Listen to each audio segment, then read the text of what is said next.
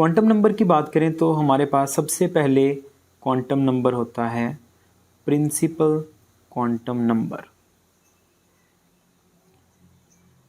Principal quantum number के बारे में हमें जितनी भी इंफॉर्मेशन मिली वो सारी बोहर ने हमें दी थी। मतलब आप ऐसे कह सकते हैं कि principal quantum number was proposed by Bohr, और इसने हमें जो इन्फॉर्मेशन दी किसके बारे में दी, एक तो साइज ऑफ ऑर्बिट्स का या ऑर्बिटल्स का, आपसे पूछे सब शेल का तो साइज के बारे में इंफॉर्मेशन इसने, या आप ऐसे कर लेंगे रेडियस के बारे में इंफॉर्मेशन, ठीक है। और एनर्जी के बारे में, जो शेल की एनर्जी होती है, मेन शेल की एनर्जी, इसके बारे में जो इंफॉर्मेशन दी थी वो हमें किसने दी थी, बोहर ने, ठीक है। मतलब इसने हमें बताया शेल्स के बारे में, शेल या main energy level. Principal quantum number को रिप्रेजेंट करते हैं हम n से, ठीक है। n की वैल्यू हमारे पास 1 हो सकती है, n की वैल्यू 2 हो सकती है, n की वैल्यू 3 हो सकती है, n की वैल्यू 4 हो सकती है, ठीक है। n की वैल्यू 1 के लिए हम इसको रिप्रेजेंट करते हैं k से, 2 के लिए l से, 3 के लिए m, 4 के लिए n, ठीक है। तो ये हमारे पास है मेन एनर्जी लेवल। अब ये कहाँ से आए थे, के एल एम एन, ये कहाँ से आए थे, ठीक है। तो एक स्टूडेंट था चार्ल्स जो कि एक्सपेरिमेंट कर रहा था, ठीक है, तो एक्स रेज के बारे में। तो उसने एक्स रेज को दो हिस्सों में डिवाइड किया था, लॉन्गर और शॉर्टर वेव, जो वेवलेंथ के लिहाज से। तो लॉन्गर को एल से रिप्रेजेंट किया, शॉर्टर को के से रिप्रेजेंट किया। तो ये उसने हमें एक्स रेज के बारे में इंफॉर्मेशन दी थी, और बाकी जो है वो इसके बाद बने थे। मतलब के एल ये हमें एक्सरे से मिले थे, इसके बाद बाकी भी जो है वो इसके बाद डिस्कवर हुए थे, एम और एन। तो ये हमें जो इन्फॉर्मेशन जो बोहर ने इस्तेमाल की थी, के एल एम, के फॉर एन की वैल्यू 1 के लिए के, 2 के लिए एल, 3 के लिए एम और 4 के लिए एन, ठीक है। अच्छा, इसके साथ में हमें बोहर ने क्या बताया, इसके साथ में बोहर ने हमें एनर्जी की एक डेरिवेशन दी थी, -13.31 किलो जूल पर मोल इंटू दिया था उसने z²/n², ये इन्फॉर्मेशन थी। अब यहाँ अगर आप देखें तो E और N का रिलेशन क्या बन रहा है, E जो है माइनस की वजह से, इस माइनस की वजह से E और N का डायरेक्ट रिलेशन, E और N का डायरेक्ट रिलेशन, और E का और Z का अगर आप देखें तो E जो है इन्वर्सली रिलेटेड टू Z। ये दो इन्फॉर्मेशन, मतलब जैसे जैसे हम न्यूक्लियस से दूर जाते जा रहे हैं, मतलब यहाँ ये न्यूक्लियस कंसिडर कर लें, जैसे जैसे हम इससे दूर जाएंगे, जैसे जैसे इससे दूर जाएंगे तो एनर्जी क्या होती जाएगी, इंक्रीज होती जाएगी, ठीक है। क्योंकि ये देखें n बढ़ रहा है तो एनर्जी बढ़ रही है। इसके साथ में इसने हमें एक R की डेरिवेशन दी, इसने कहा 0.529 ऑनस्ट्रॉम इंटू हमारे पास आ गया n²/z। अब यहाँ से अगर हम देखें तो R जो है हमारे पास डायरेक्टली रिलेटेड टू n², मतलब जैसे n आपके पास बढ़ता जाएगा वैसे वैसे उसका रेडियस भी इंक्रीज होता जाएगा। और दूसरी तरफ अगर हम देखें तो R हमारे पास इन्वर्सली रिलेटेड टू Z मतलब एटॉमिक नंबर। अब जैसे जैसे एटॉमिक नंबर बढ़ेगा वैसे वैसे R जो है वो आपके पास कम होगा। जैसे देखें अगर आप Z बढ़ा रहे हैं तो आपके पास R की वैल्यू क्या होगी, कम होगी इनवर्स रिलेशन में। और अगर आप N बढ़ा रहे हैं तो आपके पास R की वैल्यू भी यहाँ पर इंक्रीज होगी। तो ये हमें E और R के बारे में जो बोहर ने इसकी इंफॉर्मेशन हमें दी थी। जैसे यहाँ पर एक क्वेश्चन देख लेते हैं इसका, जैसे आपसे पूछा जाए कि हाँ जी बताएं भाई कि आपके पास हीलियम है, आपके पास हाइड्रोजन है, लिथियम है, और आपके पास है बेरिलियम की +3 लिख लेते हैं, +2, +1। ये आपसे पूछे हाँ जी 4 ऑप्शन है ABCD, बताओ सबसे ज़्यादा रेडियस किसका होगा, रेडियस मैक्सिमम, ठीक है। या आपसे पूछ ले रेडियम जो है वो सबसे मिनिमम किसका होगा रेडियस। अब आप यहाँ से देखें हीलियम का एटॉमिक नंबर कितना होता है, helium atomic number 2, hydrogen 1, lithium 3 और बेरिलियम होता है 4। अब यानी सबसे ज़्यादा किसका है, बेरिलियम का। तो इसका मतलब अगर आप radius inversely related to Z लगाते हैं तो जिसका Z ज़्यादा उसका रेडियस कम हो जाएगा। इसका मतलब मिनिमम रेडियस किसका आएगा, इसके लिए। अच्छा, अब मैक्सिमम निकालते हैं, तो मैं सबसे कम किसके लिए होगा, फिर मैक्सिमम रेडियस होगा हमारे पास हाइड्रोजन के लिए। अच्छा, अब इसका लॉजिक समझते हैं, ऐसा क्यों होता है। देखिए, बेरिलियम होता है हमारे पास 4 9, इसमें प्रोटॉन होंगे 4, न्यूट्रॉन हम कैसे निकालते हैं, न्यूट्रॉन निकालते हैं A माइनस जी, तो वो आ जाएगा 9 माइनस 4, तो न्यूट्रॉन इसमें आ गए 5। ठीक है, पहले शेल में 2 इलेक्ट्रॉन और दूसरे में भी 2, क्योंकि जितना एटॉमिक नंबर होता है ना उतने इलेक्ट्रॉन होते हैं उतने ही प्रोटॉन होते हैं। अच्छा, अब हमने जब इसके ऊपर पॉजिटिव 3 चार्ज क्रिएट किया तो इसमें से 2 इलेक्ट्रॉन यहाँ से निकल गए, एक यहाँ से, तो सिर्फ एक इलेक्ट्रॉन बचा। अब एक इलेक्ट्रॉन को खींचने के लिए 4 प्रोटॉन है।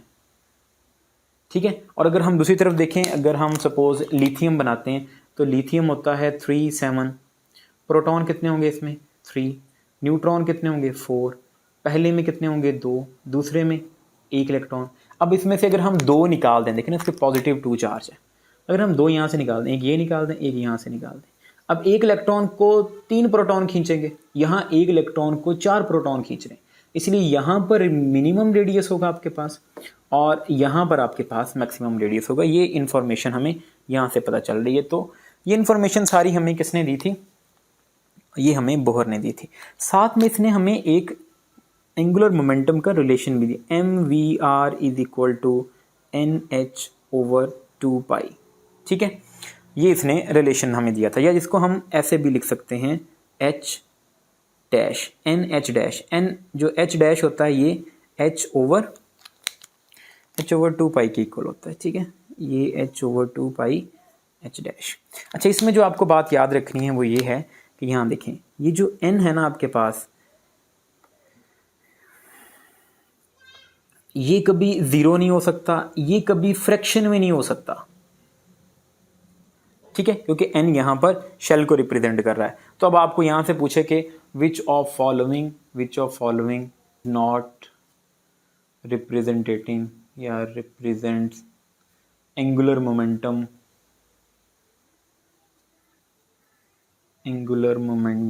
According to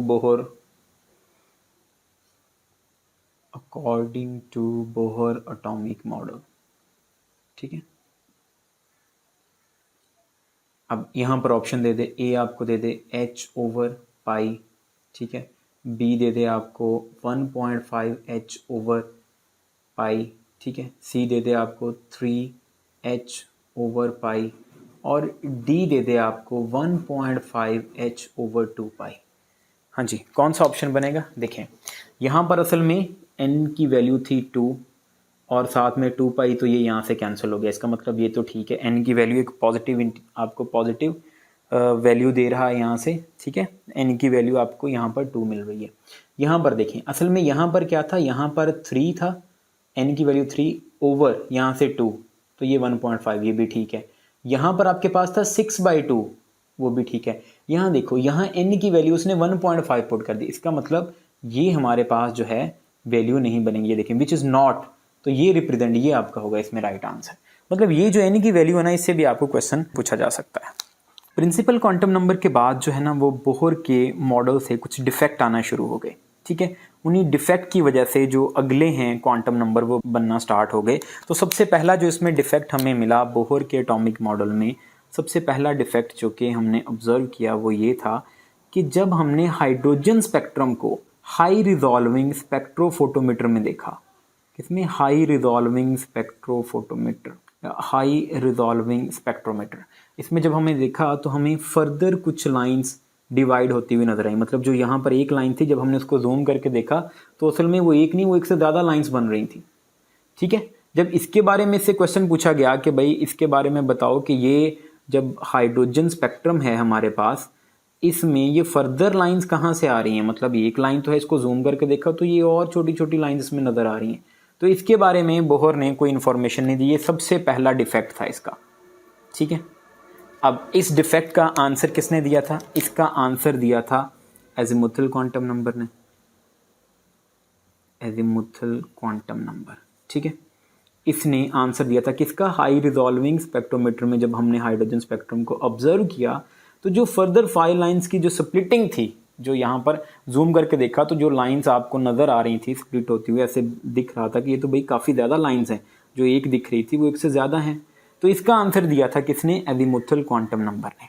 azimuthal quantum number दिया गया था सोमरफील्ड। सोमरफील्ड ने ये रिप्रेजेंट किया था, ठीक है। और इसने दो इन्फॉर्मेशन दी थी हमें। एक तो इसने बताया सबशेल के बारे में, और दूसरा इसने हमें इंफॉर्मेशन दी शेप के बारे में, ठीक है। एजीमुथल क्वांटम नंबर ने दो इन्फॉर्मेशन, सबशेल में और शेप में, ठीक है। मतलब जो हमारे पास है यहाँ से अगर हम देखें तो इसको हम एजीमुथल क्वांटम नंबर को रिप्रेजेंट करते हैं हम एल से, ठीक है। अब एल की वैल्यू आपके पास हो सकती है 0, 1, 2, 3। 0 किसके लिए है? 0 फॉर एस, 0 एस के लिए, 1 पी के लिए, 2 डी के लिए और 3 है एफ के लिए। ये हमारे पास वैल्यू थी एजीमुथल क्वांटम नंबर। मतलब वो कहता है ये जो आगे लाइनें बन रही ना वो इसलिए बन रही हैं कि जो आपके पास N1 होता है ना, ये असल में N1 में एक सबशेल होता है S, और जो आपके पास 2 है इसमें दो सबशेल होते हैं S और P। मतलब यहाँ पर अगर हम लिखें L की वैल्यू तो इसमें L की वैल्यू 0, L की वैल्यू 0 का मतलब सिर्फ S होगा इसमें L की वैल्यू 0, 1, मतलब दूसरे शेल के अंदर जो सब शेल होंगे वो होंगे S और P। तीसरे शेल में जो हमारे पास सब शेल आएंगे ना वो होंगे हमारे पास 0, 1, 2, मतलब S, P और D। अच्छा, 4 वाले में बात समझ आ रही है ना? यहाँ देखें ये जो हाई रिजॉल्विंग में फर्दर लाइंस नज़र आ रही हैं वो इस वजह से नज़र आ रही हैं, 0, 1, 2, 3, इस वजह से S, P, D और F, ठीक है। S किसके लिए है? S किसके लिए? यहाँ पर S है 0 के लिए, 1 किसके लिए है? P के लिए, 2 D के लिए और 3 F के लिए। तो ये हमें एक तो इसने सब शेल के बारे में इंफॉर्मेशन दी, दूसरा शेप के बारे में। अच्छा, अब शेप के बारे में ये इसका ये मतलब नहीं कि इसने सिर्फ सब शेल की शेप बताई, इसने ऑर्बिटल्स की भी शेप बताई है। अगर आपको एमसीक्यूज में पूछे तो ऑर्बिटल शेप का जब वर्ड आएगा ना तो इससे आपने जोड़ देना इसको। इसी तरह यहां पर अगर साइज का वर्ड आएगा तो इससे आपने जोड़ देना इसको। तो एक तो इसने हमें ये इंफॉर्मेशन दी, दूसरा साथ में इसने बताया कि भाई जो एस होता है ना, एस स्फेरिकल होता है, एस स्फेरिकल होता है, ठीक है, ये शेप बता रहा है। पी जो होता है ना, पी ये डम्बल होता है, और जो डी होता है ना ये सॉसेज या डबल डम्बल होता है, और जो एफ होता है ये कॉम्प्लेक्स या कॉम्प्लिकेटेड कह लें इसको, ये इसकी शेप अभी तक डिटरमिन नहीं है, ठीक है। तो ये आ गई इसकी दो इन्फॉर्मेशन। अब यहाँ पर क्वेश्चन ये बनता है कि भाई हमने तो एटम को देखा ही नहीं, तो फिर शेप कहाँ से आ गई? Spherical, dumbbell, sausage. आपको कैसे ख्वाब आया था आपको कि ये शेप है इसकी? तो शेप की इन्फॉर्मेशन कहाँ से मिली? देखो, हम वो एरिया नहीं ना देख सकते कि जहाँ पर इलेक्ट्रॉन मौजूद है, ठीक है। सपोज ये एरिया है, यहाँ पर इलेक्ट्रॉन मौजूद है, ये एरिया नहीं देख सकते हम। तो हम वो एरिया तो देख सकते हैं कि जहाँ पर इलेक्ट्रॉन नहीं है, वो एरिया तो निकाल सकते हैं ना। तो उस एरिया को नोड बोलते हैं। इसी नोड की वजह से तो हमारे पास शेप्स आई हैं। तो आपको यहाँ पर दो तरह का नोड पूछेगा। कौन सा नोड होता है? एक हमारे पास होता है रेडियल नोड। रेडियल नोड का फार्मूला होता है n-l-1। अब n किसको रिप्रेजेंट कर रहा है? प्रिंसिपल क्वांटम नंबर को। l किसको रिप्रेजेंट कर रहा है? एजीमुथल क्वांटम नंबर को। -1 लगा देंगे, रेडियल नोड आ जाएगा। और दूसरा हमारे पास होता है angular node. Angular node, node क्या है? नोड वो एरिया जहां पर इलेक्ट्रॉन डेंसिटी 0 है। यहां पर इलेक्ट्रॉन डेंसिटी 0, इस तरह हमने मतलब जहां पर इलेक्ट्रॉन नहीं है वो एरिया निकाल लेते हैं, तो बाकी हमारे पास उसकी शेप बन जाएंगी। यहां पर होने के चांस है तो ये इसकी शेप बन जाएगी, ठीक है। तो दूसरे को हम एल से रिप्रेजेंट, एंगुलर नोड को हम एल से रिप्रेजेंट करेंगे। अब जैसे आपसे क्वेश्चन पूछेगा कि 3p में टोटल नोड्स बताओ, तो अब आप फार्मूला लगाओ। सबसे पहले रेडियल नोड का लगाओ। रेडियल नोड कैसे निकालेंगे? n इसमें क्या है? n ये देखें, ये 3 है, 3 माइनस l, यहाँ पर आप p की वैल्यू यहाँ से देखें, p की 1 -1, तो कितना आ गया आपके पास? रेडियल नोड इसमें आपके पास देखें 1 बनेगा। अच्छा, एंगुलर नोड आपसे पूछे तो एंगुलर p के लिए आपके पास कितना आएगा? p के लिए यहाँ पर 1, l की वैल्यू 1 होती है ना, p के लिए यहाँ से देखें 1, तो टोटल नोड कितने बने हमारे पास? टोटल नोड हमारे पास बन गए 2। अच्छा, 3s के लिए आपसे पूछे तो 3s के लिए बताएं। s के लिए आप अगर एंगुलर रेडियल, सबसे पहले रेडियल नोड लगाते हैं, रेडियल नोड, तो रेडियल की आपके पास क्या आ जाएगा 3 minus 0 -1 2 radial node. 2 radial node कैसे, ठीक है देखें अभी हम देखते हैं। ये हमारे पास है न्यूक्लियस, ठीक है। न्यूक्लियस के बिल्कुल साथ यहाँ पर होता है 1s, इसके साथ में होगा हमारे पास 2s, इसके साथ में होगा हमारे पास 3s। अब देखें 3s तक पहुंचने में दरमियान में 2 बार ये नोड एरिया आया, ये देखें 2 बार रेडियल नोड आया नोड, ये देखें एक नोड ये आया, एक नोड ये आया, तो 2 नोड आए, ये देखें 2 नोड। और इसमें एंगल ऐसे कोई भी एंगुलर नोड, क्योंकि एस स्फेरिकल होता है, इसमें एंगुलर नोड आप निकाल लें, एंगुलर कितना आएगा इसमें एंगुलर नोड एल की वैल्यू इसमें क्या होगी 0, कोई एंगुलर नोड नहीं है। अच्छा यही क्वेश्चन आपको ग्राफ की फॉर्म में भी दे सकता है, आपसे ऐसे पूछे, ये देखें ये ऐसे अगर ग्राफ बना हुआ हो ऐसे, इस तरफ आपको दे दे इलेक्ट्रॉन डेंसिटी और इस तरफ आपको दे दे रेडियस। आप देखें एक बार आपके पास जो है ये ग्राफ कहाँ टच कर रहा है, ये देखें यहाँ पर इधर टच कर रहा है, इसका मतलब यहाँ इलेक्ट्रॉन डेंसिटी 0। एक बार इलेक्ट्रॉन डेंसिटी 0 हुई तो ये किसके लिए हो सकता है, ये 2s के लिए होगा, ठीक है। चलें एक और बनाते हैं ताकि आपको और अच्छे से समझ आ जाए। ऐसे ही आप इस तरफ प्रोबेबिलिटी ऑफ फाइंडिंग इलेक्ट्रॉन लगा दें, आप इस तरफ रेडियस लगा दें। तो अब अगर मैं यहाँ पर ग्राफ बनाऊँ ऐसे बनाऊँ, तो आप देखें इलेक्ट्रॉन डेंसिटी यहाँ पर 0 कहीं पर नहीं हुई, ठीक है। इसका मतलब ये किसके लिए हो सकता है, ये आपके लिए 1s के लिए हो सकता है, क्योंकि यहाँ पर नोड ही नहीं है, देखो 1s बिल्कुल साथ जुड़ा हुआ है। अच्छा 3s के लिए बनाते हैं।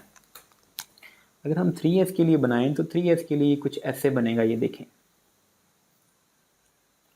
हाँ जी बताएं, 2 बार इलेक्ट्रॉन डेंसिटी 0 हुई, इस साइड पे इलेक्ट्रॉन डेंसिटी, इस साइड पे अगर हम रेडियस बनाएं 2 बार 0 हुई, मतलब ये किसके लिए होगा 3s के लिए। तो ऐसे हमने नोड्स निकाले, उनके जरिए से ये शेप हमें मिली थी, ठीक हो गया। तो आपको यहाँ से रेडियल नोड और एंगुलर नोड ये पूछे जा सकते हैं, n-l-1, और इसकी वैल्यू सिर्फ आपके पास क्या होगी l, ठीक है। मेरे ख्याल में आपको ये शेप वाला क्लियर हो चुका होगा। इसके साथ में देखें जैसे यहाँ पर एंगुलर मोमेंटम दिया हुआ है, तो ये तो शेल के लिए है। अब हम इसको निकालते हैं ऑर्बिटल्स के लिए या सब शेल के लिए, अगर हमें यह फार्मूला पूछे तो वो हमारे पास होगा mvr = l × l+1/h/2π। तो यहाँ से आपसे क्वेश्चन पूछा जा सकता है कि हाँ जी, जैसे आपसे कहे कि निकालें इसको p के लिए निकालें, ऑर्बिटल इसको बोलते हैं, ऑर्बिटल एंगुलर मोमेंटम,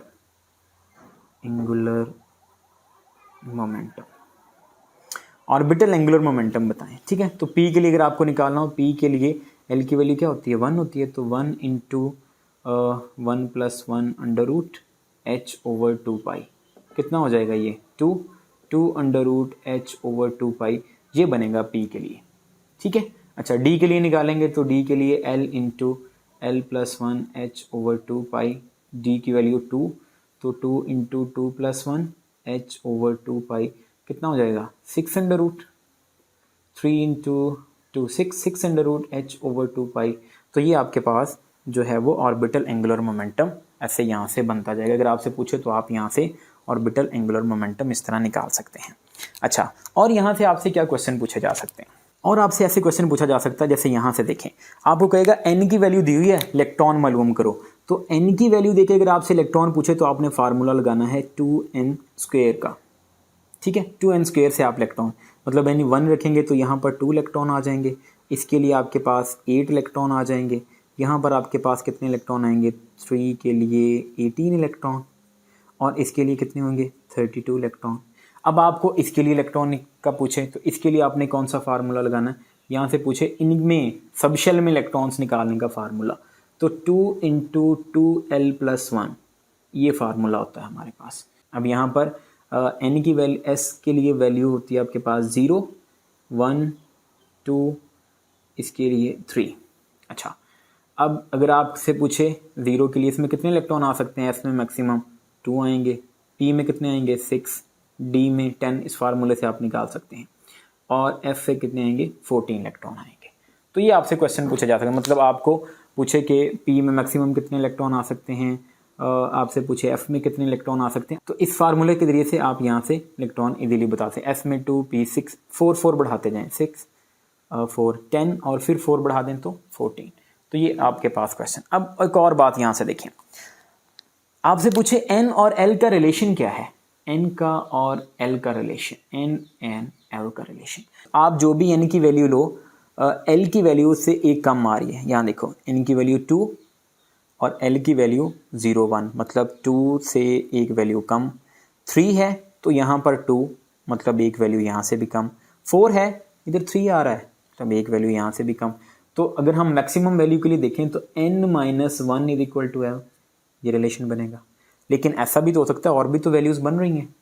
जैसे मैं n की वैल्यू लूँ 4 माइनस 1 तो इक्वल टू 3, ये तो मैक्सिमम के लिए होगा। लेकिन 2 भी हो सकती है, l की वैल्यू 1 भी हो सकती है, 0 भी हो सकती है। तो 4 minus 1 greater than 4 minus 1 greater than 4 minus 1 greater than. इसका मतलब इसका क्या रिलेशन बनेगा, आपसे पूछे रिलेशनशिप बिटवीन, रिलेशनशिप, और ये एमडी कैट में आई थिंक 2020 में क्वेश्चन आ भी चुका है, relationship between n and l। तो क्या आप लिखेंगे बच्चों, n minus l is equal to 1। अगर तो ऑप्शन में, उसकी ऑप्शन में ये वाला क्वेश्चन था, ठीक है। या आप बच्चों अगर ये वाला आपके पास हुआ तो आप ये लगाएंगे greater than equal to l, ये रिलेशन बनेगा। एजीमुथल क्वांटम नंबर के बाद चलते हैं इसके अगले डिफेक्ट की तरफ। इसका जो नेक्स्ट डिफेक्ट था बोहर का, वो ये था कि जब हमने स्पेक्ट्रम को डिस्कस किया, जब हमने स्पेक्ट्रम देखा, हाइड्रोजन स्पेक्ट्रम के साइडों पे ना हमने लगा दिया n और s, मतलब मैग्नेटिक फील्ड लगा दिया। जब मैग्नेटिक फील्ड लगाया तो इसकी जो लाइंस थी ना, वो फर्दर लाइंस में स्प्लिट हो रही थी, वो फर्दर लाइन में ऐसे स्प्लिट होती हुई नज़र आ रही थी। अब जब इससे पूछा गया बोहर के बारे में कि भाई अपने इस डिफेक्ट का आंसर दो कि ये ऐसा क्यों हो रहा है, तो बोहर को इसके बारे में नहीं पता था कि भाई ऐसा क्यों हो रहा है कि जब हम हाइड्रोजन स्पेक्ट्रम को, जो हमारे पास H स्पेक्ट्रम है, उसको ऑब्जर्व कर रहे हैं किसमें, N और S में, मैग्नेटिक फील्ड में, तो ये जो फर्दर फाइन लाइंस बन रही हैं भाई, ये क्यों बन रही हैं, इसके बारे में नहीं बताया था बोहर ने। तो इस इफेक्ट को, ये जो डिफेक्ट था इसका, इसको नाम दिया गया ज़ीमान इफेक्ट, ज़ीमान इफेक्ट। अब इसके आंसर के लिए हमारे पास कौन सा क्वांटम नंबर आया था, इसके लिए आया हमारे पास magnetic quantum number, magnetic quantum number, ठीक है। इसको हम रिप्रेजेंट करते हैं m से। m की value 0 plus minus 1 plus minus 2 so on ऐसे हो सकती है। इसने किसके बारे में इंफॉर्मेशन दी थी, इसने ओरिएंटेशन के बारे में बताया था, ओरिएंटेशन के बारे में। और ये किसने दिया था, ये दो साइंटिस्ट थे, ज़ीमान और लैंड, ज़ीमान और, क्योंकि ज़ीमान इफेक्ट से तो ज़ीमान और लैंड दो साइंटिस्ट थे जिन्होंने ये दिया था। और बताया क्या था इसने, ओरिएंटेशन के बारे में। ओरिएंटेशन मतलब ऑर्बिटल्स की इंफॉर्मेशन दी थी। और ऑर्बिटल क्या होता है, जिसमें मैक्सिमम 2 इलेक्ट्रॉन आ सकते हैं, उसको ऑर्बिटल बोलते हैं। आप देखें सीक्वेंस बन रहा है यहाँ पर, इसने शेल के बारे में बताया, इसने सब शेल के बारे में बताया, अब यहाँ पर आ गया ऑर्बिटल्स। तो ऑर्बिटल्स के बारे में इसने इंफॉर्मेशन दी। इसने कहा अगर आपके पास एंगुलर क्वांटम नंबर या एजीमुथल क्वांटम नंबर L की वैल्यू आपके पास 0 है, मतलब S है, तो उसमें M की वैल्यू 0 होगी, मतलब एक ओरिएंटेशन, ठीक है, स्फेरिकल है ना, तो एक ओरिएंटेशन।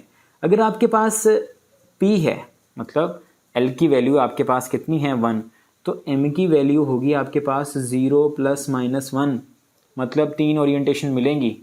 कौन सी 3 ओरिएंटेशन, PX, PY, PZ।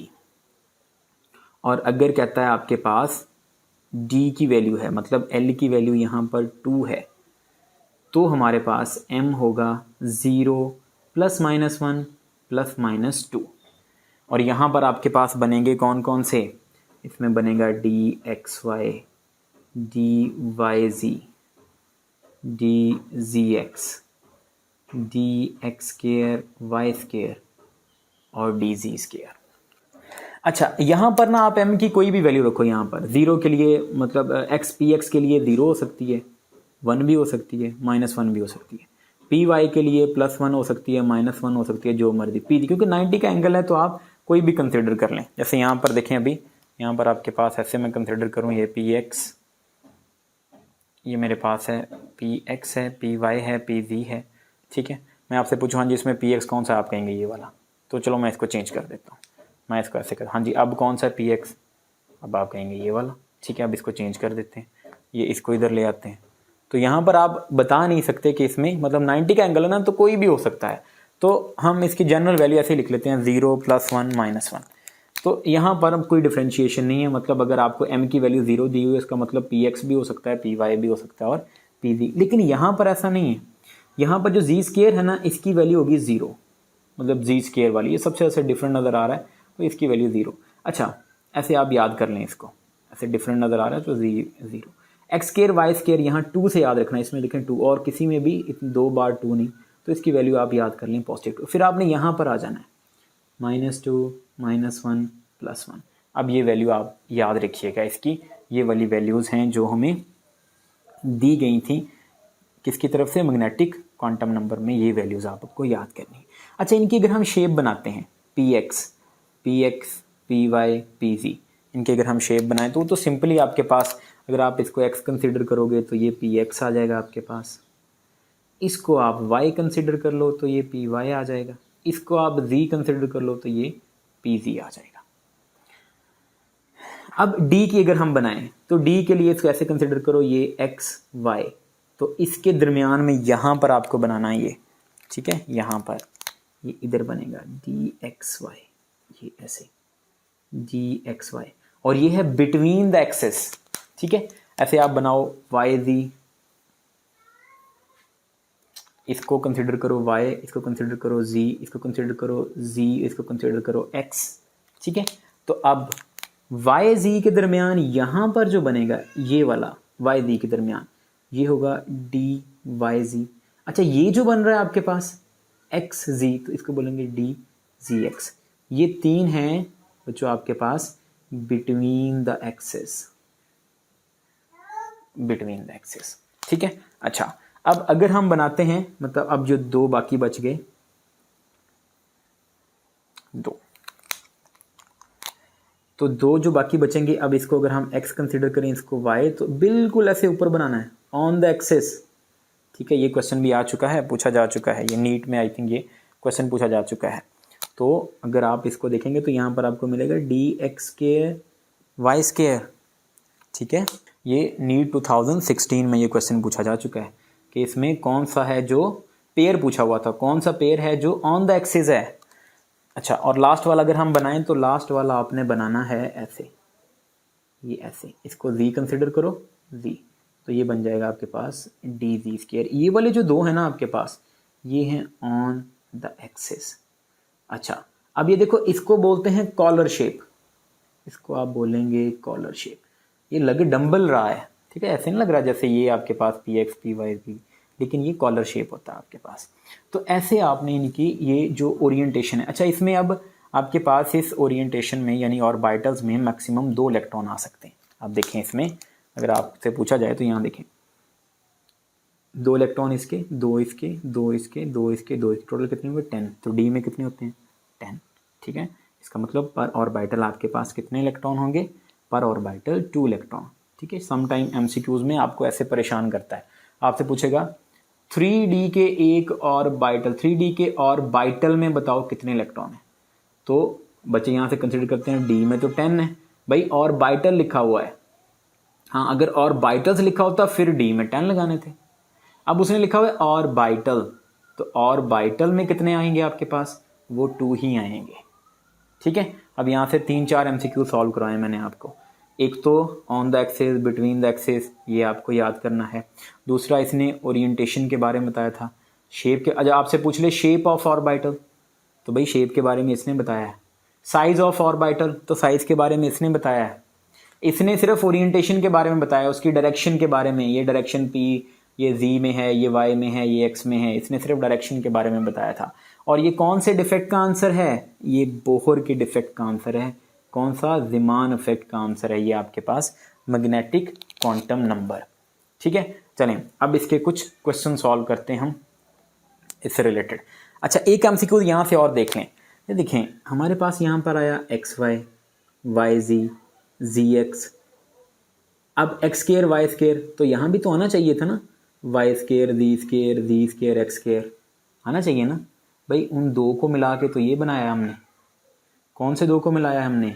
ये मिलाया है वाई स्केयर जी स्केयर और जी स्केयर एक्स स्केयर।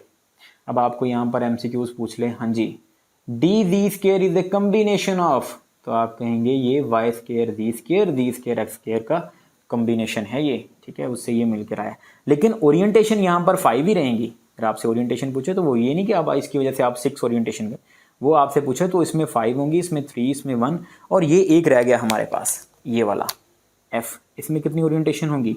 इसमें एम की वैल्यू होगी 0 plus minus 1 plus minus 2 plus minus 3, मतलब इसमें 7 ओरिएंटेशंस बनेंगी हमारे पास। और ये कॉम्प्लेक्स है, इसकी शेप हम रहने देते हैं, इसकी शेप आपसे नहीं पूछेगा, बस ये याद रखना है इसमें 7 ओरिएंटेशंस बनती हैं। अब इसके कुछ एमसीक्यू सॉल्व कर लेते हैं, ठीक है। ये आप शेप याद रखिएगा। चलें देखें इसके एमसीक्यूज, यहाँ तक कुछ एमसीक्यू सॉल्व कर लेते हैं। जैसे आपसे पूछे, कहता है ऑर्बिटल हैविंग, आपसे पूछे orbital having 3 angular nodes and 3 total nodes, ठीक है। नीट 2019 का ये क्वेश्चन है। ऑप्शंस हैं आपके पास, ऑप्शन आपको दे दे कि आपके पास 5p है, बीटा ऑप्शन दे दे आपको 3d का, 4f का और 6d का, ठीक है, ये c और ये d ऐसे। अब 4 ऑप्शन आपको दे दी। देखें अब हमने कैसे निकालना है, 3 एंगुलर मतलब 3 इसका एंगुलर नोड है और टोटल नोड इसमें 3 है। तो अब यहाँ से देखें रेडियल नोड और एंगुलर नोड, ठीक है। अच्छा अब सब पे ये फार्मूला लगाएं। सबसे पहले हम निकालते हैं रेडियल नोड। अब एंगुलर नोड आपके पास 3 आ रहा है, इसका मतलब यहाँ से आप ये देख लें कि एंगुलर नोड यहाँ से L की वैल्यू 3, तो ये तो सिर्फ F में ही हो सकता है। यहाँ देखें F में 3। अच्छा दूसरा चेक कर लेते हैं, क्या हमारे पास इसमें टोटल नोड भी 3 आ रहे हैं? तो इसमें ज़रा आप रेडियल नोड तो लगा के देखें। 4 माइनस कितना होगा, n माइनस L माइनस 1, तो होगा 4 माइनस L 3 माइनस 1, हाँ जी 0। रेडियल 0 है। एंगुलर नोड के लिए लगाएंगे आप L की वैल्यू 3, तो टोटल नोड आपके पास कितने आ गए यहाँ पर, 3 ही बनेंगे। तो इसका राइट ऑप्शन आपके पास क्या था, 4F। कुछ और एमसीक्यूज देखते हैं। अच्छा यहाँ पर ना एक आसान सी ट्रिक याद रखिएगा, यहाँ से देखें n की वैल्यू से L की वैल्यू और m की वैल्यू एक कम ही नज़र आएगी आपको। देखें अगर यहाँ 2 है ना, यहाँ मैक्सिमम 1 है, यहाँ पर मैक्सिमम 1 है, मतलब आपसे यहाँ से पूछे कि incorrect set of quantums, incorrect set आपसे पूछे, आपको ऑप्शन दिए हुए हूँ। पहला ऑप्शन आपके पास कि n की वैल्यू आपके पास 2 है, L की वैल्यू आपके पास 1 है और m की वैल्यू आपके पास 0 है। बी ऑप्शन दे दे, n की वैल्यू आपके पास 3 है, L की वैल्यू 2 है, m की वैल्यू +1 है। सी ऑप्शन दे दे, n की वैल्यू 3 है, L की वैल्यू आपके पास 1 है और m की वैल्यू है +3। और डी ऑप्शन दे दे, n की वैल्यू आपके पास 4, L की वैल्यू 3 और m की 2। अब यहाँ से आपको आसान ट्रिक मैंने बता दी, कैसे पहचानेंगे। देखें n की वैल्यू जो भी दी होगी ना, उससे L और m की वैल्यू कम ही होगी। अब यहाँ देखें n 2 है, L की वैल्यू कम, m की कम, इसका मतलब ये तो ठीक है। यहाँ देखें 3, इन दोनों में कहीं 3 नहीं दिख रहा आपको। यहाँ देखें 3 1 3, इसका मतलब ये इनकरेक्ट सेट ऑफ क्वांटम आ जाएगा, ठीक है। तो इस तरह आपने इसका ये रिलेशन याद रखना है कि इसकी वैल्यू जो भी इसकी वैल्यू होगी उससे इसकी और इसकी वैल्यू एक कम ही होगी।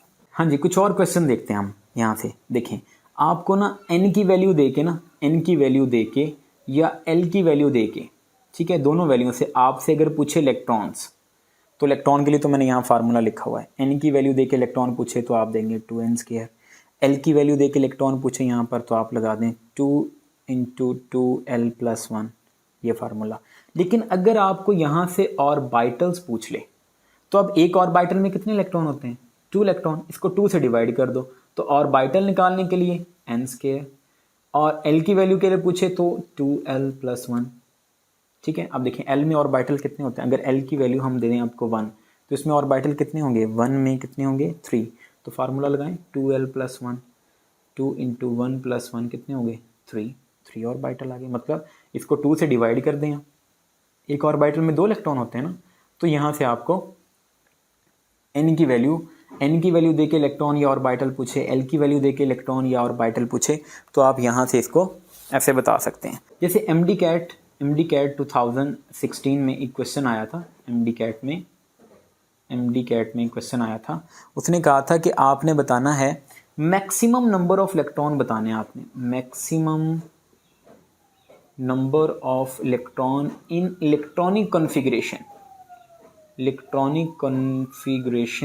Can be determine by options थी आपके पास। पहला ऑप्शन है यहाँ से 2l+1, बीटा है आपके पास 2n², चार्ली है आपके पास 2n²+2, और डेल्टा ऑप्शन वहाँ पर दिया हुआ था 2n² + 1। ठीक है, अब देखिए maximum number of electron in electronic configuration, मतलब आपसे कहाँ पूछे, इलेक्ट्रॉनिक कॉन्फ़िगरेशन में आपके पास मैक्सिमम नंबर ऑफ इलेक्ट्रॉन कौन डिसाइड करेगा, आपके पास ऑब्वियसली यहाँ पर n डिसाइड करेगा, मतलब जितने शेल होंगे उतने इलेक्ट्रॉन मैक्सिमम उसमें आ सकते हैं ना। तो यहाँ पर देखें कौन डिसाइड करेगा, यहाँ से ये बीटा ऑप्शन था इसका। तो ऐसे आपको यहाँ से इलेक्ट्रॉन या ऑर्बिटल से भी क्वेश्चन इस तरह पूछे जा सकते हैं। हाँ जी, अब हमारे पास है इसका लास्ट इफेक्ट है इसका। लास्ट इफेक्ट है कि जब हमने हाइड्रोजन स्पेक्ट्रम को ऑब्जर्व किया पॉजिटिव नेगेटिव मतलब इलेक्ट्रिक फील्ड में, तो इसकी हर लाइन जो थी वो आगे डुप्लेट लाइन बना रही थी, डुप्लेट लाइंस। अब इस डुप्लेट लाइन का आंसर जब बोहर से पूछा गया कि भाई अपने इस डिफेक्ट का आंसर दो, तो वो तो नहीं बता पाया इसके बारे में। तो इसके बारे में इंफॉर्मेशन जो है वो हमें मिली कहाँ से, स्पिन क्वांटम नंबर से। स्पिन क्वांटम नंबर, इसको हम S से रिप्रेजेंट करते हैं। इसने हमें स्पिन के बारे में इंफॉर्मेशन दी थी। स्पिन के बारे में क्या इंफॉर्मेशन दी, इसने कहा देखो भाई अगर हम एक ऑर्बिटल सपोज ये सिलेक्ट करते हैं, इस ऑर्बिटल में अगर इलेक्ट्रॉन इधर मूव कर रहा है, यहाँ से ऐसे मूव कर रहा है अपवर्ड, तो अब अपवर्ड जा रहा है तो उसका स्पिन देखें ना, अब राइट हैंड रूल लगाएं, ऐसे इलेक्ट्रॉन अपवर्ड जा रहा है तो इसका स्पिन आपके पास कैसे होगा, ये देखें ऐसे right hand rule anti clockwise, तो इसका जो स्पिन होगा वो साइडों पे ऐसे आपको मिलेगा एंटी क्लॉकवाइज। ठीक है, और अपवर्ड डायरेक्शन को हम पॉजिटिव 1/2 से रिप्रेजेंट करेंगे। अच्छा, अब दूसरा जो इलेक्ट्रॉन होगा इसके अंदर, क्योंकि एक ऑर्बिटल में 2 इलेक्ट्रॉन हो सकते हैं ना, उसका वो ऐसे डाउनवर्ड आ रहा होगा। अब डाउनवर्ड के लिए हम ऐसे क्यों लगाएं, यहाँ पर देखें राइट हैंड रूल क्या बन रहा है, क्लॉकवाइज। ऊपर वाले के लिए ये बना एंटी क्लॉकवाइज, जो डाउनवर्ड आ रहा है उसके लिए आपके पास बना क्लॉकवाइज। ठीक है, इसके लिए वैल्यू -1/2। मतलब अगर एक ऑर्बिटल में 2 इलेक्ट्रॉन हो तो एक की पॉजिटिव 1/2 होगी, एक की नेगेटिव 1/2। तो अगर हम यहाँ पर m में देखें s की वैल्यू, तो आपके पास क्या हो सकती है, पॉजिटिव 1/2 हो सकती, पॉजिटिव 1/2 नेगेटिव 1/2, एक की पॉजिटिव हो रही होगी एक की नेगेटिव हो रही होगी। ठीक है, और जो हम नोटेशन लगाते हैं ना, जो हमारे पास नॉर्म है इसका, जो हम अगर आखिर में इलेक्ट्रॉन ही एक हो तो हम उसको अपवर्ड ही शो करते हैं। ठीक है, उसको अपवर्ड डायरेक्शन में। तो यहाँ से आपसे स्पिन पूछ सकता है डुप्लेट लाइंस के बारे में आपको। जैसे अल्कली मेटल के वैलेंस में अगर हम देखें, सोडियम के वैलेंस में 3s1 एक इलेक्ट्रॉन है, तो हम इसको अपवर्ड ही लगाएंगे। ठीक है, तो हम इसकी डायरेक्शन जो है वो अपवर्ड ही लगाएंगे। इसमें हमें डुप्लेट लाइंस मिलेंगी, कैसे, मतलब ये अपवर्ड जा रहा है पॉजिटिव 1/2, डाउनवर्ड भी आ सकता है नेगेटिव 1/2। ठीक है, तो नोटेशन के तौर पर हम ऐसे यूज करते हैं कि अपवर्ड जा रहा है तो पॉजिटिव, जब ये डाउनवर्ड आएगा इसकी नेगेटिव हो जाएगी, इसकी पॉजिटिव हो जाएगी। तो ये हमारे पास नोटेशन इस तरह। अच्छा, यहाँ पर हमारे पास हैं कितने इलेक्ट्रॉन, 0 + -1, यहाँ पर 6 इलेक्ट्रॉन है। मतलब अगर हम देखें px py pz में 1 2 3 4 5 6, 3 अपवर्ड 3 डाउनवर्ड, मतलब वैल्यू क्या बनेगी, positive 1/2 positive 1/2 positive 1/2 negative 1/2 negative 1/2 negative 1/2। ठीक है, चलिए ऐसे करते हैं, आखिरी इलेक्ट्रॉन रिमूव कर देते हैं। तो आपने यहाँ से नेगेटिव वाला रिमूव कर देना। अब यहाँ देखें 3 बनेंगी आपके पास एंटी अपवर्ड वाली, 3 अपवर्ड, और 2 आपसे बनेंगी डाउनवर्ड वाली। चलिए एक इलेक्ट्रॉन और रिमूव कर देते हैं यहाँ से, देखिए एक इलेक्ट्रॉन और हटा दें, तो आप इसको हटा दें यहाँ से। अब ये अपवर्ड डायरेक्शन वाली एंटी, 3 एंटी होंगी, अब एक आपके पास जो है यहाँ से, ये देखिए एक क्लॉकवाइज होगी। तो अब स्पिन क्वांटम नंबर से हमें और कौन कौन से क्वेश्चन पूछे जा सकते हैं। अब स्पिन क्वांटम नंबर में देखिए जो डुप्लीट लाइंस बन रही है ना, इस वजह से ये देखिए पॉजिटिव अपवर्ड जा रहा है, पॉजिटिव डाउनवर्ड आ रहा है, एक इलेक्ट्रॉन अगर जाएगा ऊपर पॉजिटिव 1/2 नीचे, तो इसलिए डुप्लीट लाइंस यहाँ पर हमें मिल रही थी। तो ये आंसर, ये जो हमें दिया था एलन बीक ने, इसको प्रपोज किया था स्पिन को, जो प्रिंसिपल क्वांटम नंबर को बोहर ने, एजीमुथल को समरफील्ड ने, मैग्नेटिक को ज़ीमान ने, और स्पिन को एलन बीक और गोल्डस्टीन, 2 साइंटिस्ट थे जिन्होंने हमें स्पिन क्वांटम नंबर के बारे में इंफॉर्मेशन दी थी। अच्छा, और यहाँ पर किस तरह के क्वेश्चन पूछे जा सकते हैं। अच्छा, और आपसे पूछ सकता है स्पिन के बारे में पूछ सकता है, स्पिन बताओ। तो स्पिन के लिए फार्मूला याद रखना आपने, पॉजिटिव नेगेटिव 1/2 को मल्टीप्लाई कर देना आपने n से। n क्या है, अनपेयर्ड इलेक्ट्रॉन्स, अनपेयर्ड इलेक्ट्रॉन्स। जैसे आपसे पूछा जाए कि हाँ जी आयरन Fe +2 की स्पिन निकालो, तो आप लिखो इसकी इलेक्ट्रॉनिक कॉन्फ़िगरेशन क्या होगी। इलेक्ट्रॉनिक कॉन्फ़िगरेशन पहले लिखेंगे आर्गॉन इंटू 4s2 3d6। अब 3d6 में आप देखें यहाँ पर 2 इलेक्ट्रॉन निकालने, ये 2 इलेक्ट्रॉन यहाँ से निकल गए। अब d में अगर हम d के कितने ऑर्बिटल्स होते हैं, यहाँ से देखिए 5 ऑर्बिटल हैं, तो d के 5 ऑर्बिटल बना लेते हैं। यहाँ से 5 ऑर्बिटल में अगर हम इलेक्ट्रॉन फिल करें, ठीक है, इलेक्ट्रॉन फिल 1 2 3 4 5 6, तो यहाँ देखिए अनपेड कितने हैं, 4। अब आपसे पूछा जाए इसकी स्पिन निकालो, तो स्पिन कैसे निकालेंगे आप, positive negative by 2 multiply, unpaired electron कितने हैं, 4, तो इसकी आ जाएगी पॉजिटिव नेगेटिव 2, ये इसकी स्पिन आ जाएगी। एक तो आपको यहाँ से ऐसे क्वेश्चन पूछेगा। और आपको यहाँ पर एक बात याद रखनी कि जो हमारे पास ना NMR से भी समटाइम इसका क्वेश्चन पूछ लेता है।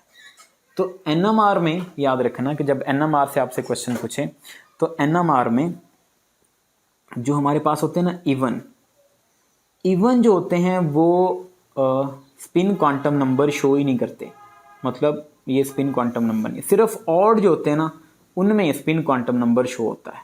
ठीक है, जैसे आपसे पूछ लिया जाए इसमें से कौन सा है जो कि जिसका स्पिन की वैल्यू जो है वो 1/2 नहीं है। एक आपको दे दे यहाँ से फ्लोरीन दे दे 19, ठीक है, एक आपको दे दे यहाँ से ऑक्सीजन 16 दे दे, एक आपको दे दे यहाँ से कार्बन 13 दे दे।